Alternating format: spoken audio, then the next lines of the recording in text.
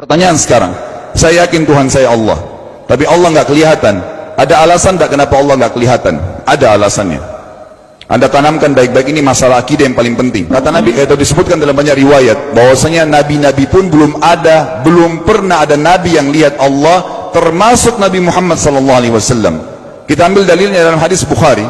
Waktu Nabi SAW pulang dari Isra Mi'raj, jemaah sekalian, Aisyah bertanya radhiyallahu anha, berkata, istri beliau, ya Rasulullah, hal tara rabbak, apakah anda waktu Mi'raj ke langit, terima perintah sholat, sempat lihat Tuhan anda enggak? Lihat enggak Allah itu bagaimana? Apa jawaban Nabi SAW? Nurun ala nur anna arah. Allah itu cahaya, di atas cahaya, terang sekali, bagaimana saya bisa melihatnya? Artinya Nabi SAW mengatakan, saya sendiri belum pernah lihat bagaimana itu Allah. Contoh sebelumnya Nabi Musa alaihissalam. Nabi Musa waktu menerima wahyu Taurat, itu selama 40 hari, turun Taurat lengkap. Al-Quran 23 tahun baru lengkap. Kalau Taurat 40 hari, nunggu di gunung Tursina. Tursina sebuah wilayah di Mesir sekarang. Itu banyak gunung-gunung batu, ada satu gunung batu yang tinggi, Nabi Musa nunggu di situ. Setiap hari Jibril datang turunin surah, turunin ayat gitu. Setelah berlalu 37 hari dari 40 hari menunggu Taurat turun, Nabi Musa alaihissalam tiba-tiba bertanya kepada Allah, mengatakan begini dalam Al-Quran, A'udzubillahi minasyaitonir rajim, Rabbi arini anzur ilaik. Wahai Tuhanku, izinkan aku melihatmu. Aku beriman kau ada ya Allah, tapi aku ingin lihat kau bagaimana. Allah menjawab, tidak mau mengecewakan Nabi Musa. Sebagai manusia Allah mengatakan, lan tarani. Perlu anda tahu dalam bahasa Arab jemaah sekalian, ada 3 kosakata la, tidak yang berarti tidak. Ada la biasa artinya tidak, ada lam dengan mim, lam artinya tidak pernah, ada lam dengan nun, lan artinya tidak akan pernah. Allah mengatakan apa? Lan tarani, kau tidak akan mampu melihatku wahai Musa.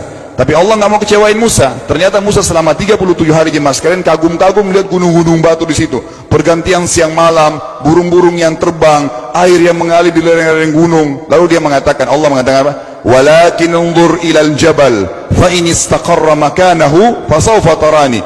Coba kamu lihat gunung-gunung batu di sekitarmu hai Musa. Kalau mereka bisa menampung kedatanganku, kata Allah, kau akan bisa melihatku. Apa yang terjadi? Allah lanjutkan, falamma tajalla rabbuhu lil jabal, waktu Allah baru niat mau datang, belum datang, ja'alahu dakka, semua gunung batu itu hancur lebur, tidak mampu menampung kedatangan Allah. Wa kharra Musa sa'iqa, lalu Musa pingsan tiba-tiba. Waktu Nabi Musa bangun, langsung ucapkan kalimat, amantu billah, saya beriman pada Allah.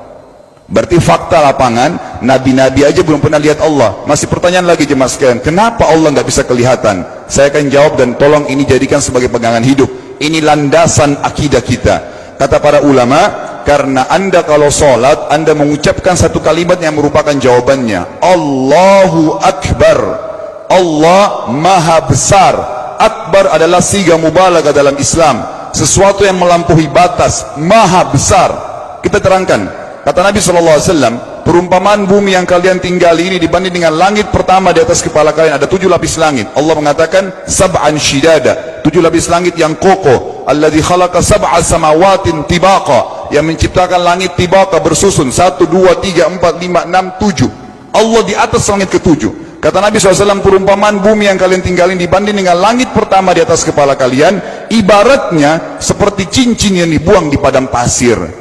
Jadi kita tidak akan pernah bisa melihat ujungnya langit karena kita sangat kecil, dan ini terbukti secara fakta. Apakah anda sudah tahu bahwasanya miliaran bintang-bintang yang ada di atas kepala anda yang jaraknya sekian miliar tahun dari bumi, dan sekian miliar tahun lebih besar daripada bumi, sekian miliar kali lebih besar daripada bumi, itu semua berada di bawah langit pertama. Manusia tidak akan pernah bisa memegang langit ini dengan telapak tangannya, karena dari sini saja ke Pluto jaraknya 270 tahun.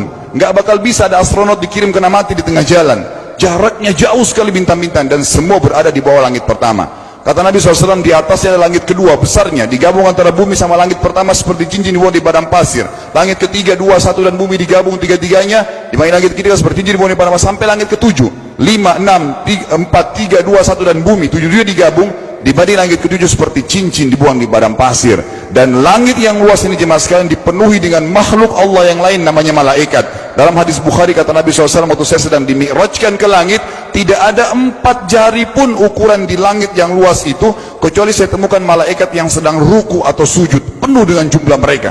Anda tahu malaikat itu ada namanya nama kelompok, seperti Raqib, Atid itu kelompok. Di bawah Raqib banyak miliaran malaikat, di bawah Atid miliaran malaikat. Sama dengan Munkar Nakir, ada memang nama kelompok. Makanya kalau manusia 5 miliar, rakib atidnya 10 miliar. Rakib atidnya 10 miliar. Lalu kata Nabi SAW, di atas langit ketujuh ada Sidratil Muntaha. Besarnya digabung antara 7 lapis langit dan bumi. 8 hanya seperti cincin di bawah di padang pasir. Di atas Sidratil Muntaha ada sebuah lautan yang Allah ciptakan. Lautan itu besarnya digabung antara Sidratil Muntaha, 7 lapis langit dan bumi. 9-9-nya seperti cincin dibuang di padang pasir. Makanya kalau anda baca Quran, anda baca ayat wa kana arsyu 'alal ma', singgasana Allah di atas air. Ini maknanya, air adalah ada lautan.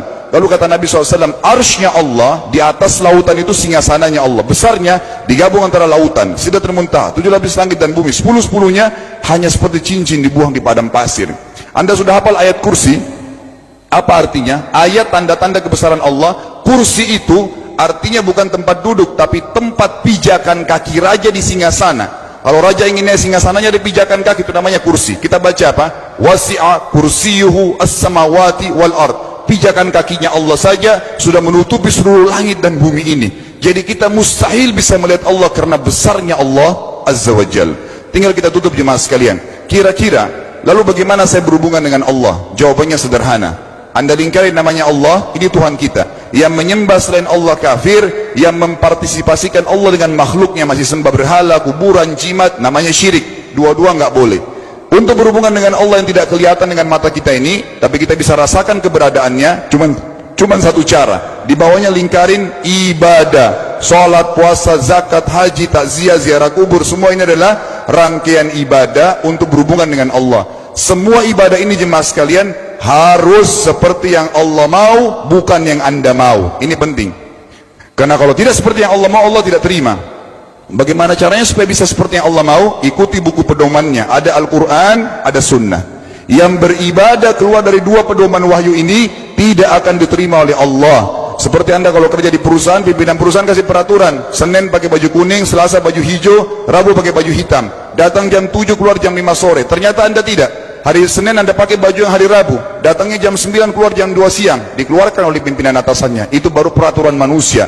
Bagaimana dengan peraturan Allah Azza wa Jal? Maka kita simpulkan semua jemaah sekalian adalah, yakinlah Tuhan anda Allah ada, satu-satunya Tuhan.